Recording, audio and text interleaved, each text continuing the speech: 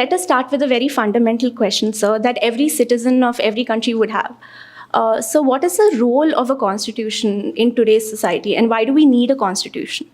Sweta, as democracies emerged from initially monarchies and later feudal oligarchies, you required certain rules of the game. Earlier, monarchy, divinity. The god anointed the monarch, monarch's son or daughter. Oftentimes, the son became the next monarch. Monarch had absolute powers. And therefore, it was part of the human consciousness.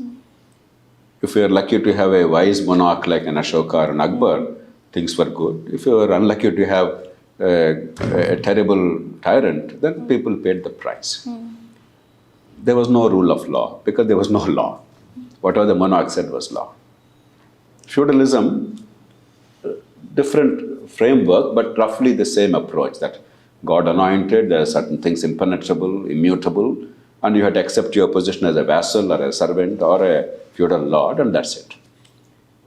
But once you have a democracy, everybody has the stake in the system. Everybody has a share in power. Therefore, you have to create an architecture. Day-to-day laws is one thing. Day-to-day laws is about society and the citizens. The interface between the citizen and the society, so that my freedom is not at your cost, has to be decided by some legal framework. That is law. But the Constitution is not about those laws. It's about the architecture. Who will do what? And how will they become those who? When it's not by birth, when it's not by feudal privilege, then how do you choose the people who will make decisions for us? And what is the accountability framework? And what are the limits of their powers? And how do you protect the citizen from the state and the collective from the individual perfidy? Therefore, is there a right kind of balance?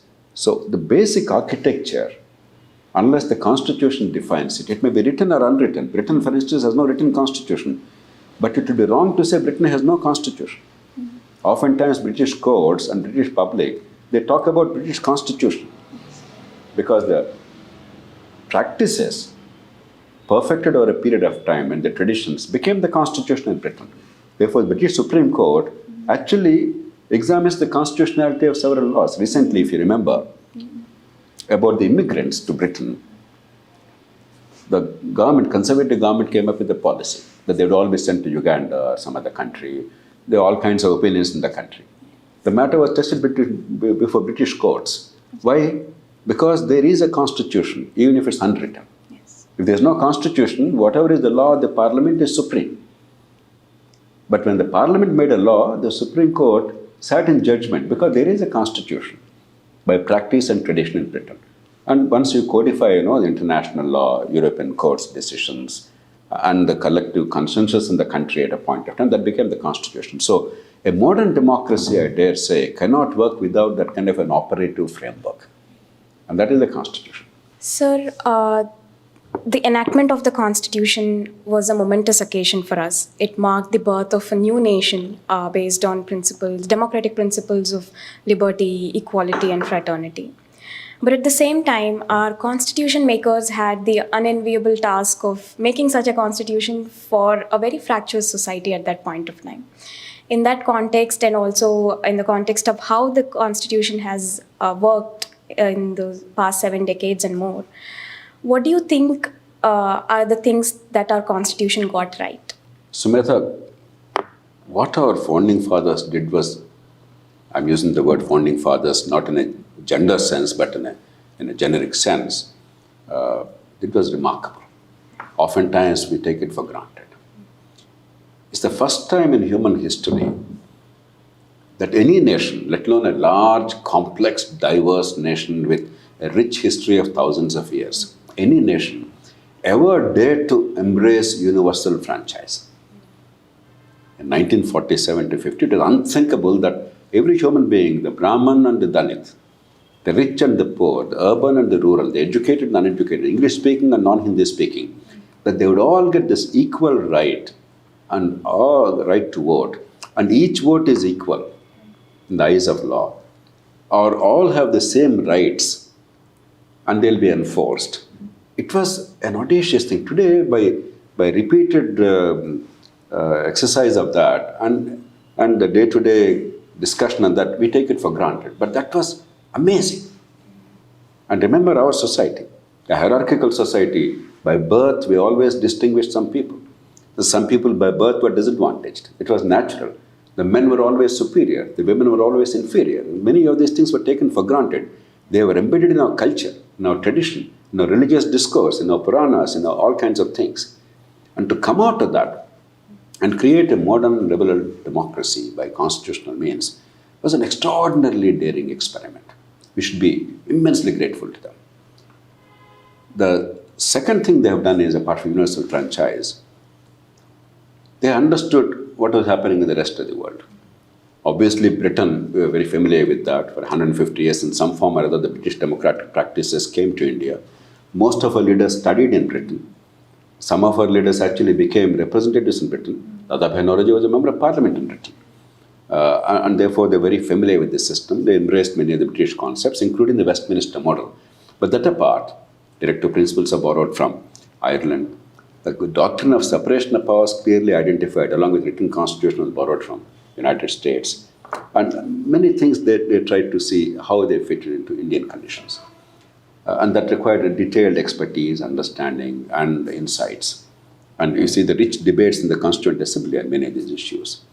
The third is, they were also wise in making sure that it's not a complete rupture from the past.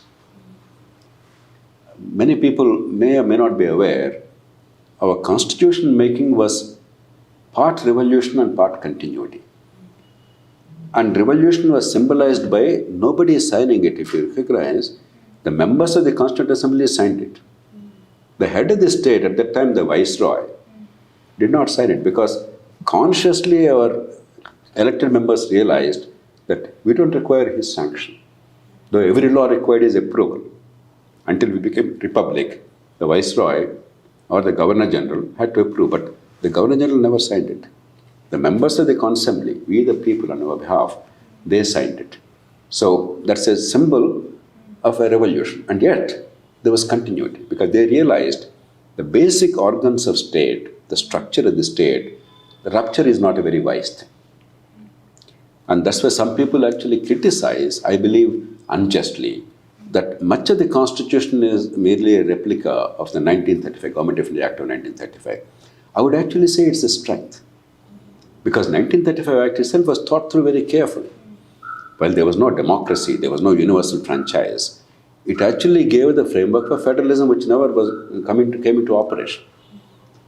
Federalism part came into operation, but the central union legislature part, at that time called central legislature, it did not come into operation. And they brought in the element of diarchy at the national level, as earlier at the state level there was diarchy. So there was a progression in our constitutional evolution since, let's say, 1909. And our constitution makers understood, therefore, the issues that are relevant, as long as they were rational and suitable to a democratic polity, they embraced. Some of them perhaps can be questioned. Should there be nominated governors? Should the Government of India have untrammeled powers to dismiss a government? But I think Ambedkar and his colleagues felt we should leave it to the judgment and the wisdom of the functionaries at a point of time without constraining their hands too much. But these three factors, the audacity of universal franchise and fundamental rights, the embracing the vital principles of the constitution making from the rest of the world to the extent they are relevant to us, and the continuity, even as there is a rupture, I think they have served us very well. They have done a remarkable job. Whether it's the preamble, which gave us a broad sense of vision and direction, or the fundamental rights. And we did a particularly good job in our country, unlike many other countries where fundamental rights are codified, that the rights go with responsibilities. And your freedom, sir, begins where my nose begins. And therefore, reasonable restraints, the doctrine of reasonable restraints, it was embedded in the Constitution itself. Article 91 talks about 8 provisions whereby your freedom of speech and other rights are contained. So there's no absolute right. You see United States, some other countries, and even in social media, a lot of debate about absolute freedom of speech. Indian law and Indian society and our constitution never accepted absolute freedom. Just like there cannot be absolute authoritarian leadership, there cannot be absolute freedom either. There are restraints on the citizen, restraints on the ruler. And I think it's a very wise thing. Some people may criticize because we embrace all too easily and all too readily American practice or something else. But I genuinely believe that these restraints are necessary. If my freedom of speech is at the cost of your reputation or your well-being or at the cost of creating animosity between communities, I don't think that freedom can be accepted. So in that sense, a lot of wisdom, even as they embraced some of the principles and some of the practices of other countries. I think all in all, it's a wonderful document. No document is perfect. And again, Constitution makes us realize that. And therefore, they provide a relatively easy mechanism. Article 368 tells you how to amend the Constitution. Again, graded. The more important provisions, much bigger supermajority of parliament of the states. Other provisions, supermajority. Some even by a simple law. The Legislative Council in the states, the upper house in the states, you can actually amend the composition by a simple law of parliament. So it's a very well-designed, well-thought-out structure, giving space for flexibility and improvement over time.